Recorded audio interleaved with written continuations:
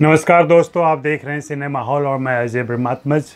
आज नीतू कपूर की वापसी पर। नीतू कपूर अभी चंडीगढ़ में धर्मा प्रोडक्शन की फिल्म राज मेहता की निर्देशित जुग जुग जियो की शूटिंग कर रही हैं। वहाँ के मेकअप रूम से उन्होंने एक तस्वीर साझा किया हम लोगों के साथ और उसमें लिखा कि मैं थोड़ी घबराहट महसूस कर रही हूँ। आज पहली बार मेरे साथ न माँ हैं, न कपूर साहब हैं और न रणबीर है। ये हमेशा हमारे साथ रहे और सालों बाद फिल्म सेट पर लौटी हूँ मैं। हम सभी जानते हैं कि इसी साल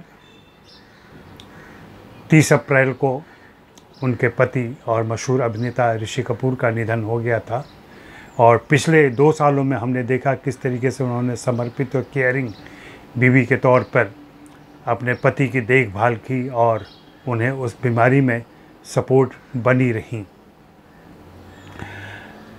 उनके जाने के बाद निश्चित रूप से उनके जीवन में थोड़ा अकेलापन अवसाद भी होगा और एक कहीं ना कहीं थोड़ी सी डिप्रेशन वाली बात भी हो जाती है, क्योंकि एक लगातार जो 24 घंटे का कंपेनियन है वो आपके साथ नहीं रह जाता है और बेटे बेटी अपनी ज़िंदगी में व्यस्त हो जाते हैं। ऐसे में उन्होंने बिल्कुल सही डिसीजन लिया है कि वह फिल्मों के सेट पर वापस लौटेंगी। वहाँ की हड़बोंग, वहाँ की हलचल और वहाँ की व्यस्तता उन्हें इन सारी परेशानियों से दूर रखेगी और हमें एक अच्छी अभिनेत्री का अभिनय देखने का मौका मिलेगा। 1980 में जब उनकी शादी हुई थी तब उन्हें फिल्मों से संन्यास लेना पड़ा था, मैं ऐसा कहूँगा। हालांकि उन्होंने कहा था कि मैंने तिलांजलि दी है। हम सभी जानते हैं कि कपूर ख़ानदान का यह अघोषित नियम रहा है कि कपूर ख़ानदान की कोई भी बहू बेटी फिल्मों में काम नहीं करेगी और तब तो राज कपूर जीवित थे।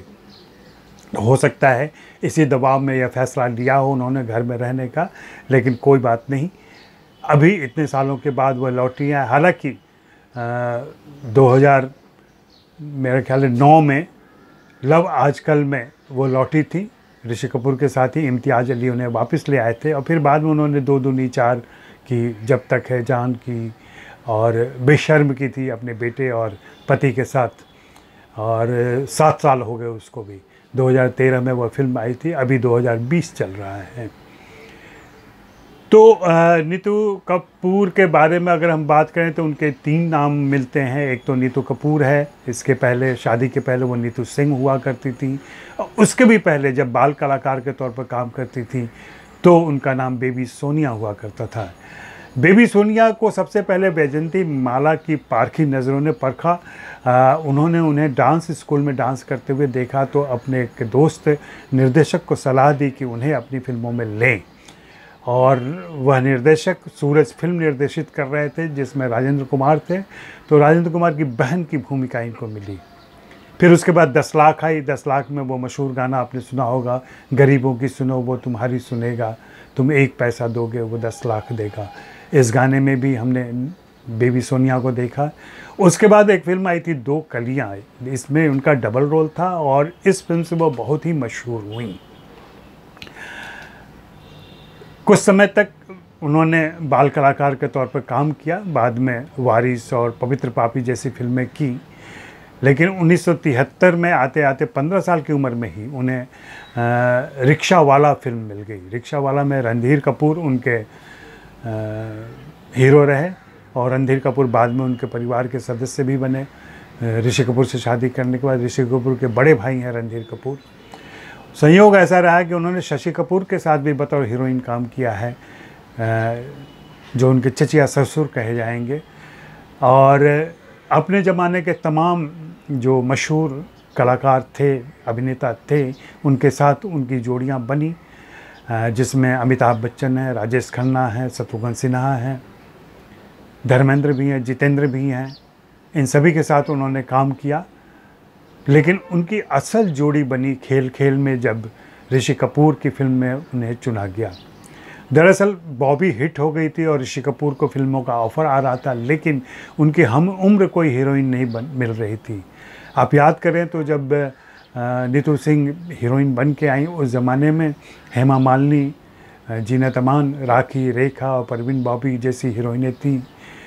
हालांकि उनका ग्लैमर और उनका प्रभाव थोड़ा कम हो रहा था, लेकिन लोगों को एक नई उभरती अल्हड़ अभिनेत्री की ज़रूरत थी और ऋषि कपूर के साथ खास करके ऐसी जोड़ी चाहिए थी। तो खेल खेल में रफू चक्कर को हम इसके उदाहरण के तौर पर देख सकते हैं और उन्होंने किस तरीके से उस जोड़ी को निभाया। दोनों ने मिलकर 12 फिल्मों में काम किया, एक साथ काम किया और लगभग वही स्थिति की हो गया है तुमसे प्यार क्या करें, कहो तो जिएं कहो तो मर जाएं। और दोनों ने साथ रहने का फ़ैसला किया। उन्होंने 1980 में शादी कर ली और जैसा कि मैंने पहले बताया उसके बाद उन्होंने फिल्मों को तिलांजलि दे दी थी। उनकी बेटी हैं रिद्धिमा और बेटा है रणबीर कपूर और दोनों अपनी अपनी ज़िंदगी में व्यस्त हैं। रणबीर कपूर हमारे समय के मशहूर अभिनेता हैं। रिद्धिमा शादी करके दिल्ली चली गई हैं। जाहिर सी बात है कि नीतू कपूर के लिए अपना समय बिताना भी थोड़ा मुश्किल हो रहा होगा क्योंकि अब ऋषि कपूर भी नहीं रहे।